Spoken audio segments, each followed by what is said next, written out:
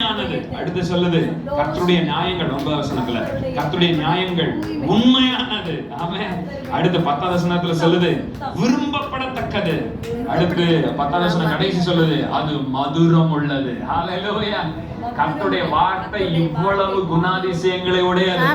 அதை பெற்றுக்கொள்ளும் போது சோம்பேறித்தனத்தை கலந்து என்ன செய்யக்கூடாதுன்னா பெற்றுக்கொள்ளக்கூடாது. பெற்றுக்கொள்ளும் போதே உங்கள் ஆவியில உற்சாகம் அடைந்து நீங்கள் பெற்றுக்கொள்ளணும். ஒரு அல்லேலூயா சொல்லுங்க பார்க்கலாம். பக்கத்துல கைப்பிடி சொல்லுங்க. ஆண்டவர் உங்களோட பேச போறாங்க. ஆண்டவர் ஆவியில ஆகாரத்தை அனுப்ப போறாங்க. பெற்றுக்கொள்ளுங்க. பெற்றுக்கொள்ளுங்க. ஹalleluya. பிதாக்கள் மன்னாவை புசித்தார்கள். அவர்கள் மன்னாவை சரீர பிரகாரமான ஆகாரமாக புசித்தார்கள். அவர்கள் மரித்தார்கள்.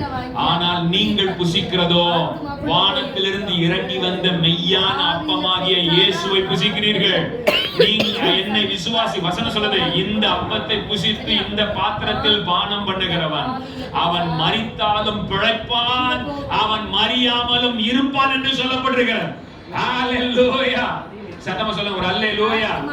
மரணத்தை ஜெயிக்கக்கூடிய ஒரு வேர்ட் பரிசுத்த ஆவியானவர் உங்களோடு கூட பேசிக் கொண்டிருக்கிறார். நீங்க எப்படி அதை பெற்றுக்கொள்ளலாம்? இப்ப நான் சொல்லிக்கிட்டே இருக்கேன், இன்னும் உங்க வாய் திறக்கல. நான் சொல்லி எவ்வளவு நேரம் ஆயிடுச்சு, ஆனா இன்னும் நீங்க பிராக்டிஸ் பண்ணாங்க. Come on. ஹalleluya. எல்லாம் சேர்ந்து ராப்லா ஷாட்டா ராகாலா.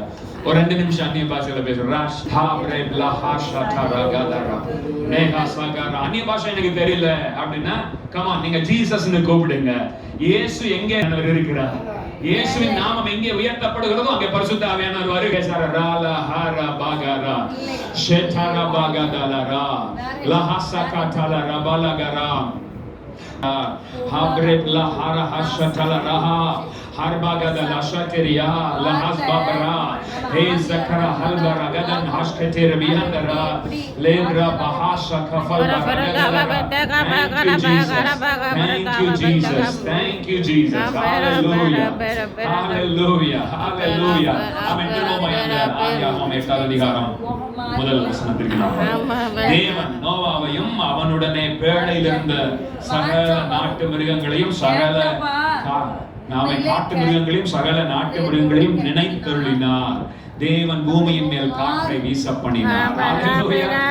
இன்னைக்கு உங்களை பார்த்து சொல்ல விரும்புற ஒரு காரியம் என்னன்னா கர்த்தர் உங்களை நினைக்கிறார். ஆமென்.